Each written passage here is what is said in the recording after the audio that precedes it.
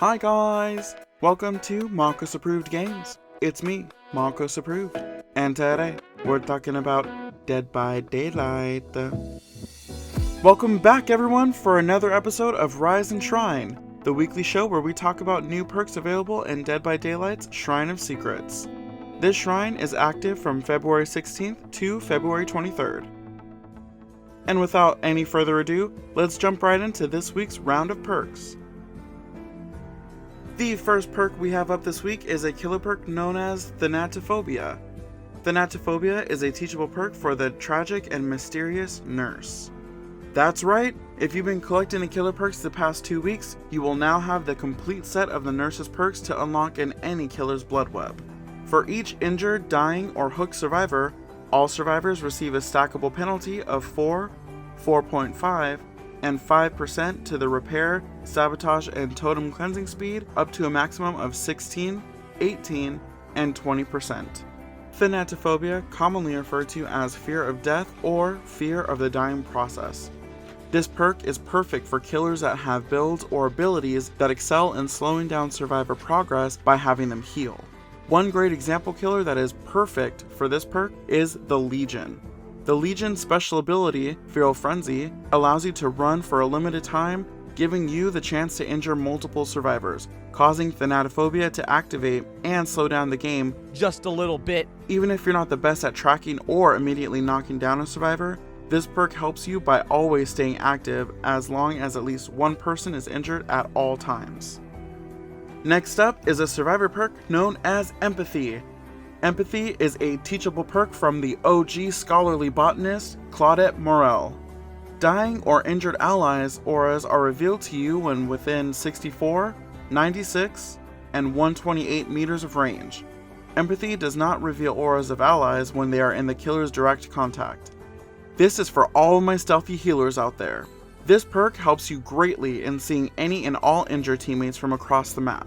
A great benefit of this perk: if someone's aura appears to you anywhere on the map, you'll always know exactly where the killer is at, and allows you the opportunity to decide to either continue working on your current gen, or go on a rescue mission, or even take a hit for your teammate, potentially buying them enough time to escape. One traditional combination for this perk is Claudette's other perk, Botany Knowledge.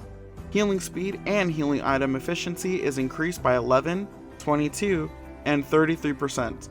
This combo is a healing hero build, where you go to any injured survivor and revive them back to full health to make sure the entire team stays healthy and productive, but always make sure that you're also working on gens 2, the primary survivor objective.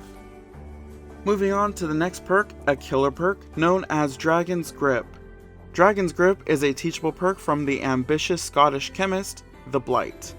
After kicking Generator for the next 30 seconds, the first survivor that interacts with it will scream, revealing their location for 4 seconds and becoming afflicted with the exposed status effect for 60 seconds.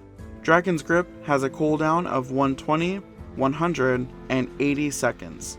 A fairly new perk still, Dragon's Grip is great for any gen protecting killer. One dynamic perk combo is combining this with Pop Goes the Weasel, a perk courtesy of the Clown. After hooking a survivor, the next generator you damage instantly loses 25% of its progress.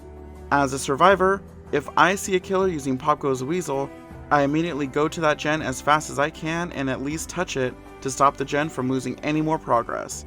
But with Dragon's Grip active, that strategy is practically a guaranteed way to get downed. Aside from the cooldown, Dragon's Grip can be an ultimate weapon in the right hands of any killer. And for our final perk this week, we have the equipable survivor weapon, Decisive Strike. Decisive Strike is a teachable perk from the tenacious, thriving, and surviving Laurie Strode. After being unhooked or unhooking yourself, Decisive Strike will become active and usable for 40, 50, and 60 seconds. While Decisive Strike is active, when grabbed by the killer, succeed a skill check to automatically escape the killer's grasp and stun them for 5 seconds. Succeeding or failing the skill check will disable Decisive Strike. Successfully stunning the killer will result in you becoming the obsession. Decisive Strike, Decisive, or just DS, is also known as the anti-tunneling perk. It's a sort of safety net that buys you some time from immediately getting hooked again by the killer. This perk is meant for any survivor that feels like they get tunneled often, or if they want to be the team's distraction while the rest of the team work on gens. The risk is if you miss the skill check, you won't have any other chances, so make sure to pay attention. This perk is currently under development and is subject to change, but until then, you can go about your business and get as much done as you can with your safety net. And there you have it, folks, our perks for the week. Let me know in the comments which perks you're going to pick for yourself, or even let me know if it's better just worth saving your shards for next week's shrine. As for me, the Marcus approved perk of the week for Survivor is going to have to be Decisive Strike. Regardless if this perk is currently still being worked on behind the scenes, DS is still a must-have to counter any tunneling killer. This perk allows you a freebie from getting immediately hooked again, giving you plenty of time to escape, run, or hide. Aside from the map's pallets, this is the only weapon a survivor has to fight back at the killer, and in the right hands can really shift the tide of a match. And for you killer mains out there, the Marcus approved perk of the week is Thenatophobia. This week's pick was pretty close. On one hand, you have a perk that can easily knock down any survivor that touches the gen that you just hit, and on the other, you have a perk that is guaranteed automatic value once you hit any survivor, which can slow the game down just a little bit. Monto, if you see this, I'm a big fan, please don't sue. The name of the game is injure everyone as fast as you can. One possible perk combination to add to this is Choleraphobia and Hex Ruin. Choleraphobia is a perk courtesy of the Clown. Any survivor within your terror radius have 30, 40, and 50% penalty to healing progression speed. And the legendary Hex Ruin is from the Hag from last week's shrine.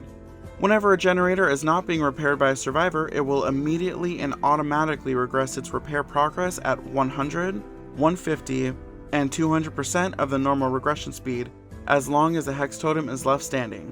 Having all three together makes for an ultimate regression build that covers all bases against all survivors. And that about wraps up this week's episode of Rise and Shrine.